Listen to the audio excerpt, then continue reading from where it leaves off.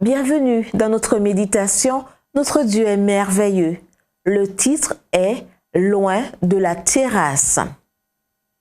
Un soir, David se leva de sa couche et, comme il se promenait sur le toit de la maison royale, du toit, il aperçut une femme qui se baignait et qui était très belle.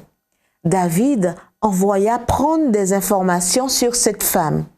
On lui dit « C'est Bathsheba, fille d'Éliam, femme d'Uri, le Hittite. » 2 Samuel 11, versets 2 à 3.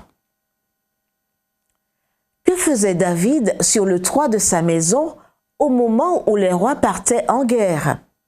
Les armées d'Israël, sous le commandement de Joab, affrontaient les Ammonites à Rabat.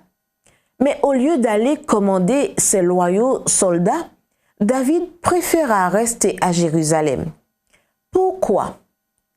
Le problème est que tandis que les défenses extérieures d'Israël se renforçaient, les défenses internes du caractère de David s'affaiblissaient.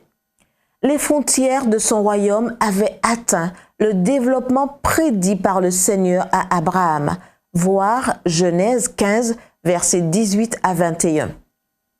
Comme chef d'Israël, David jouissait du respect et de l'admiration de son peuple et des étrangers.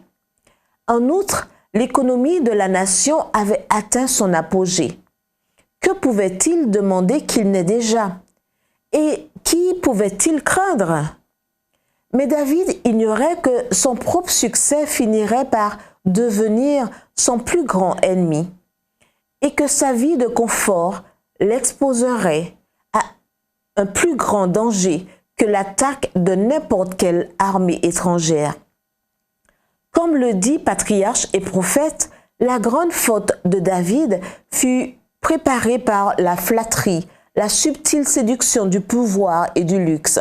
L'écrasement des Ammonites paraissait certain et il croyait pouvoir jouir tranquillement du fruit de ses victoires, comme des honneurs de son habile administration.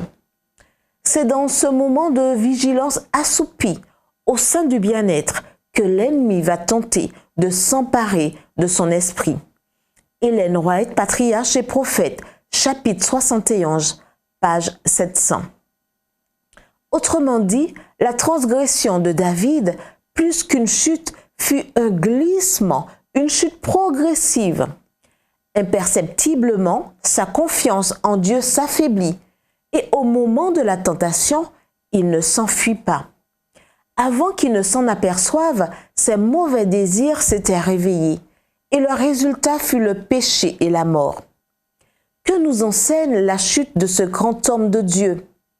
Premièrement, que notre seule sécurité est de dépendre de Dieu et de sa parole chaque jour, tant dans nos succès que dans nos échecs.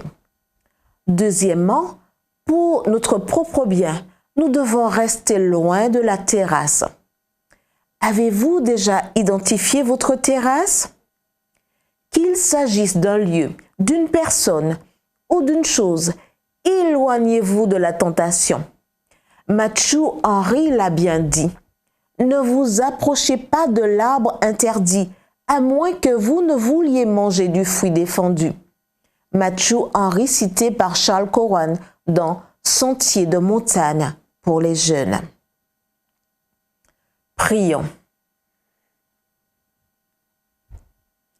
Aide-moi, Seigneur, à maintenir une étroite communion avec toi chaque jour et donne-moi la volonté dont j'ai besoin pour me tenir loin, très loin de la tentation.